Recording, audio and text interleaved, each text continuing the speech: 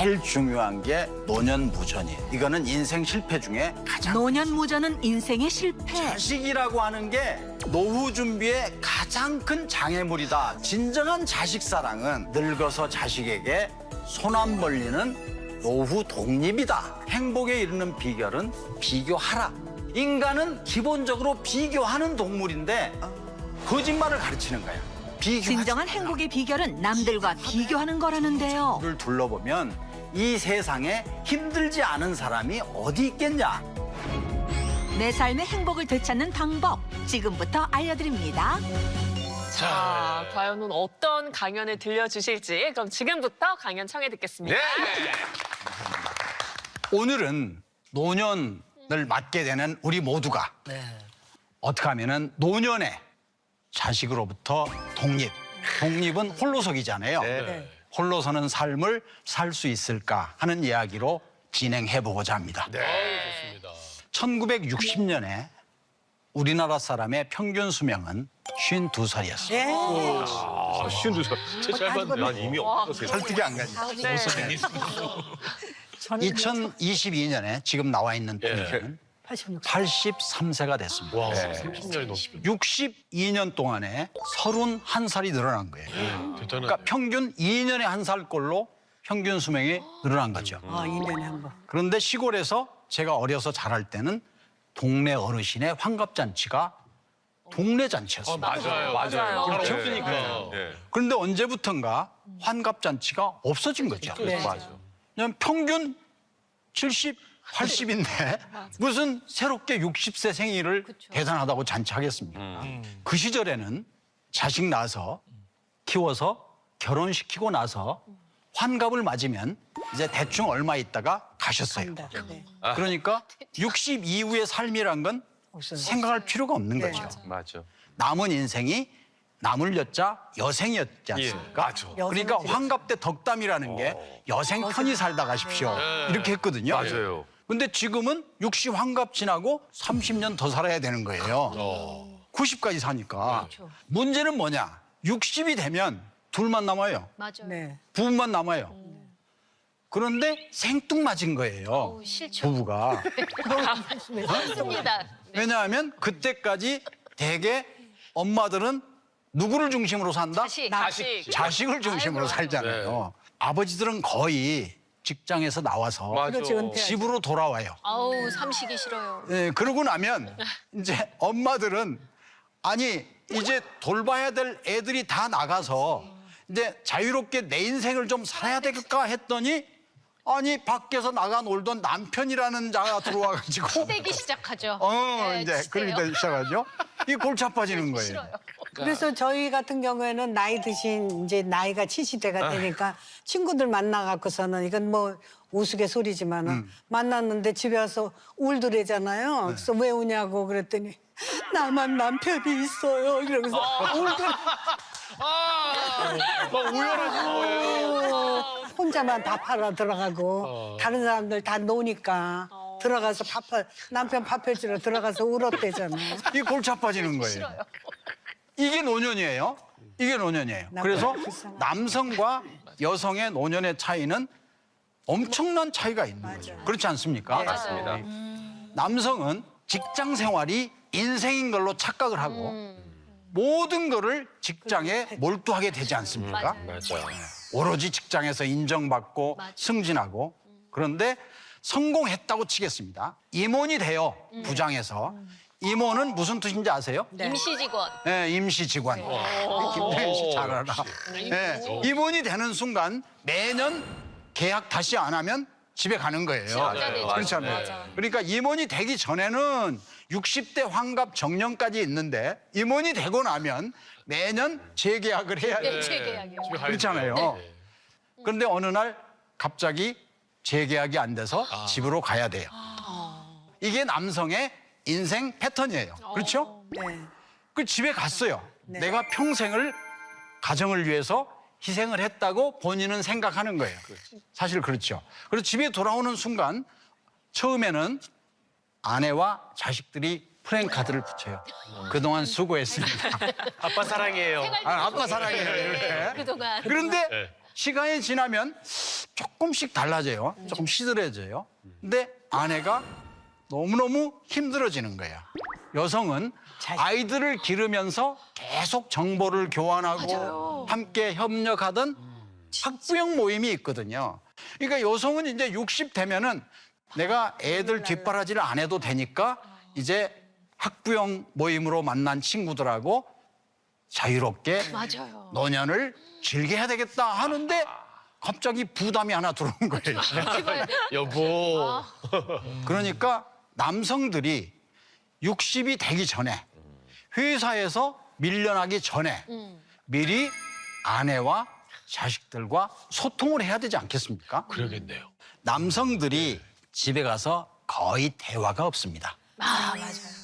아니 매일 만나는 아내하고 무슨 이야기를 하냐 그렇게 이야기하는 분이 꽤 많아요. 맞아요. 맞아요. 그런데 여성이 여고 동창하고 전화하는 이야기를 들으면 어저께 한 얘기 또 하고 맞아요. 그것도 습관이지. 아내와 이야기하는 것도 습관 들여야지 하는 거지. 이제 나 끝났으니까 지금부터는 우리 부부밖에 없지 않아? 아니 아내는 부부밖에 없는 게 아니라니까요. 친구들이 그럼요, 많아. 친구들. 그러니까 직장을 끝내기 전에 아내의 이야기를 뭐 하는 습관을 들여야 된다? 들어주는. 들어주는 습관을 들여야 된다. 근데 남편들이 승질을 더 많이 내거든요. 와이프한테 얘기하다가 확 하니까 여자들은 남편하고의 대화를 거부하는 거죠. 어차피 말 통하지 않으니까 차라리 말 안 하는 게 내 마음이 편하고 집안이 편해 이렇게 되더라고요. 뭐한다. 돈 벌어다 줄 때만 사람이고 돈 안 벌어다 주면 사람이 아닙니까? 진짜로. 아니 그게 이제 돈으로 이야기해서 그렇지 평소에 아내가 집에서 하는 일을 어프리시에이트하는 맞아.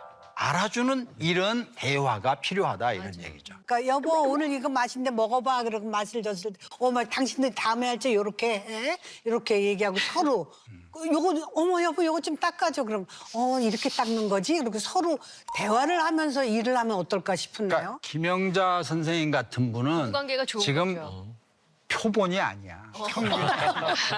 지금 이런 분을 평균으로 생각해가지고 안 돼요. 하려면 이 너무 방송할 높아요. 필요가 없지. 오 그래요. 네? 그게 지금 그렇게 지혜로운 하라는 얘기야. 응? 지혜로운 분이지.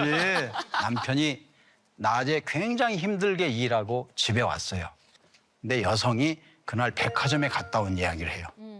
여보, 내가 오늘 백화점에 갔더니 진짜 마음에 드는 옷이 하나 있대.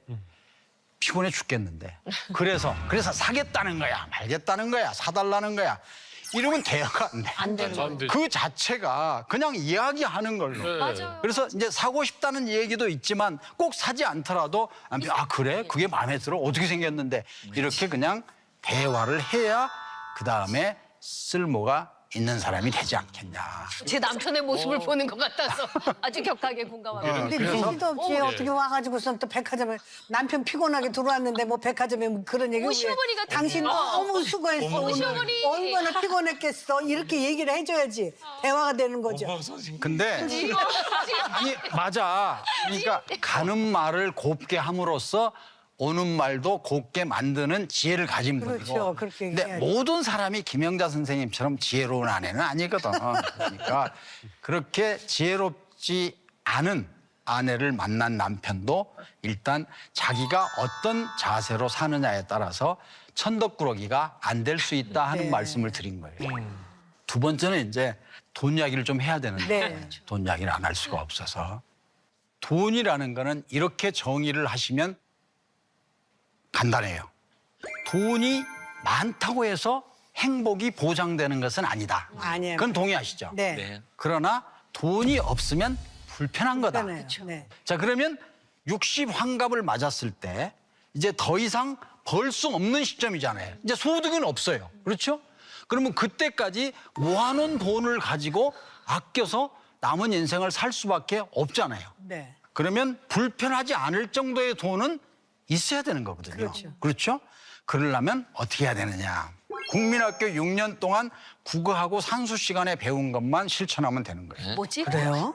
뭐죠? 뭘까? 국민학교 6년간 국어 시간에 배운 거를 한마디로 요약하면 주제 파악을 배우는 거예요. 우리 남사일 선생님 동의하시지? 주제 파악. 그렇죠. 산수 시간에 6년간 배우는 게 분수를 배우는 거예요. 운수. 주제 파악. 그러니까 노후 대비는 주제 파악하고 분수지키는 삶을 살면 된다.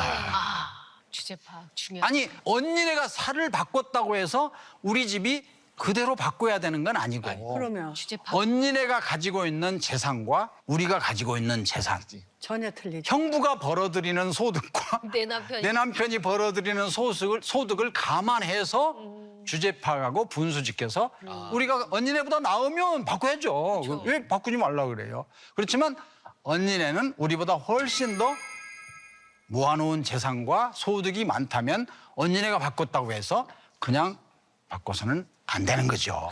원수를 지켜라. 이게 굉장히 중요한 거예요. 그중에 제일 중요한 게 뭐냐? 자식을 위해서 올인하는 거예요. 자식 올인 때문에 중입니다. 노후 대비가 안 된다. 이렇게 말씀드릴 수 있어요. 왜냐하면 자식을 위해서 모든 걸 바쳐서 뒷바라지 하는 거예요. 그러다가 자기 노후 준비가 안 되면 지금 자식 보험이 된다 안 된다? 안 돼요. 안 되지. 자식이 지금 보험일 수가 없죠. 옛날에 60 넘어서 잠시 살다가 가실 부모 같으면 모르지만 또 옛날에 6명씩 낳던 시절 같으면 모르지만 지금 한두 명 낳는데 부모가 60이 아니라 90까지 살아버린다면 자식들이 모시기가 힘들어요. 민폐. 그래서 아마 여기 계신 분 중에 효라는 단어를 써본 건 고사하고 들어본 적도 거의 없을 거예요. 언제 들었는지 한번 생각해 보세요. 효는 받쳐만 받지. 받은 적이 맞아요. 요즘 그렇죠? 네. 네, 그래서 우리 김영자 선생님 같은 분을 뭐라고 하느냐면 낀 세대라 그래요. 낀 세대. 낀 세대. 끼인 세대요? 샌드위치 세대. 치고 효를 한 마지막 세대고 효를 받지 못하는 처음 세대. 끼인 세대 중. 말하자면 말초 세대지. 한 마지막이고 못 받는 처음이니까 말초 세대지. 그게 어쩔 수 없이 우리의 운명이에요. 그러면 간단히 말하면 누가 준비해야 된다? 내가 준비해야 된다. 이 세상에 3대 바보가 있는데 네. 3대 바보. 손자, 손녀 봐주느라고 스케줄 바꾸는 할머니, 할아버지. 그다음에 자식한테 재산 미리 물려주고 용돈 다 쓰겠다는 할머니, 할아버지. 세 번째, 새삼 그 나이에 손자들이 와서 자고 갈까 봐 집 늘려가는 할머니, 할아버지. 자, 이 세 가지의 공통점이 전부 자식과 관련된 거예요. 그러네. 자식에 대한 뒷바라지를 올인하면 안 되고 하프인만 하고 반만 하고 나머지 반은 내 스스로의 노후를 준비해야 된다. 자식들이 데모하지 않겠냐? 아니지. 자식들한테 설명을 해야죠. 내가 너를 반만 도와주는 뜻은 노후에 너한테 손 안 벌리기 위한 거니까 양자식이 바람. 양자식이. 아니 진정한 자식 사랑은 내가 모든 걸 바쳐서 자식을 뒷바라지하는 것이 아니고 내가 자식을 반만 뒷바라지하고 내 스스로의 노후를 준비해서 자식에게 손 안 벌리는 게 진정한 자식 사랑이 아닐까. 그렇죠. 그럼 그 자식 언제까지 좀 반만 투자해 주게 하는 게 좋을까요? 그 연령, 아이의 연령대가. 여러분이 결혼하실 때 결혼하신 이후에 부모한테 신경을 더 썼습니까? 아니면은 앞으로 태어날 애 또는 태어난 애한테 신경을 더 썼습니까? 자식이죠. 다 독립을 하죠. 네. 그 지금 아들, 딸은 결혼하면 독립했는데 엄마, 아빠가 특히 엄마가 독립을 못 해가지고 아니 남이 남편 집에 왜 허락도 없이 자기가 만든 반찬을 가지고 맨날 찾아가. 맨날 찾아가. 아니 그게 지금 남의 남편인데 옛날에 자기 아들이었지. 자기도 신혼 때 시어머니가 자기 남편한테 반찬 해가지고 오면은 좋아했을까요? 싫어요. 다 싫어했겠죠. 근데 왜 자기가 그걸 잊어버리고 그러니까요. 자기는 자기 자식에게 자기 자식이라는 이유로 남이 남편한테 가냐고. 물론 사랑이죠.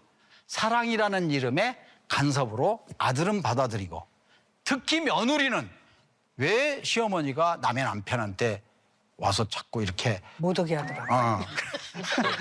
아들을 30살에 낳았으면 40년 있는 거예요. 그렇잖아요. 평균수명이 늘어나니까. 40년을 혼자 갈 사람을 40년을 혼자 살아갈 아들을 마치 끝까지 같이 살 것처럼 어머니가 아들에게 뒷바라지 해야 된다. 아니다 이거지. 그러니까 결혼식과 동시에 일단 독립선언을 하자 하는 게 제가 오늘 당부드리는 거예요. 보통 착각을 하는 게 남자 여자가 같이 세상을 뜨는 걸로 착각을 하지만 제가 요 얘기를 꼭 하고 싶어요. 남성보다 여성이 평균 수명이 6살 많거든요. 그렇대요. 그러니까 83세라고 하면요. 남성이 80세, 여성이 86세 해서 평균이 83이에요. 두 번째, 대개 평균 결혼하는 거 보면은 요새 좀 달라지긴 했지만 남성이 여성보다 3살 많아요. 그러면 간단히 계산하면 남편이 가고 나서 여성 혼자 살아야 될 횟수가 몇 년이다? 9년, 10년. 9년이다. 나 7살 차이 나는데. 난 9살인데. 어? 그러니까 7살 차이에다가 6살 붙으면 13년을 아니 뭐 예를 우리 남사일 선생이 오래 사신다 치고 그렇지만 하여튼 평균 10년 가까이 혼자 자기 아내가 혼자 살아야 된다는 사실을 남성들이 거의 의식을 안 해요. 연하고 결혼해야 돼. 그래서 연하. 인간의 자유인가요? 계속 지금 이게 도전적인 말씀만 하세요. 그렇잖아요. 네. 그런데 이제 자식을 뭐 며칠 낳든지 간에 일단 자식이 품 안을 떠나고 나서 부부만 남게 되잖아요. 네. 부부만 남을 때 내 아내가 내가 죽고 나서도 10년 가까운 세월을 혼자 살아야 된다고 하는 사실을 잊지 말고 준비를 해놓고 죽어야 된다. 아, 나는 이 이야기를 아유. 꼭 하고 싶은데 네. 동의하십니까? 결혼 안 했어요. 할 때 생각하라는 거. 결혼하고 나서 반드시, 반드시. 어차피 둘 다 오래 많이 못 살 것 같은데 신경 써야죠. 김한석 선생. 예, 저는 뭐 늘 생각을 하고 있는 편입니다. 저도 늘 생각하고 있습니다. 예. 예, 결혼부터 하시죠? 많은 것들을 지금 이미 배웠기 때문에 최고의 남편이 되겠습니다. 노후 대비에 대한 얘기를 제가 영어를 한마디 써도 되겠습니까? 네. 영어에 리타이어라는 말이 있죠. 네. 리타이어. 우리나라 사람은 말할 것도 없고 외국 사람도 리타이어를 은퇴라고 생각을 해요. 근데 노후 대비에 가장 중요한 핵심이 그 단어에 있어요. 리타이어는 은퇴한다는 뜻이 아니고 쪼개보세요. 리타이어예요. 다시. 이제 첫 번째 직장에서 그만두었으면 다음 인생을 살아갈 때 예를 들면 포장도로 달리다가 비포장도를 달려야 되니까 타이어를 바꿔끼라는 뜻이에요. 아, 자갈길로 가는구나. 이제까지는 그냥 취직한 데에서 그냥 살면 되는 거예요.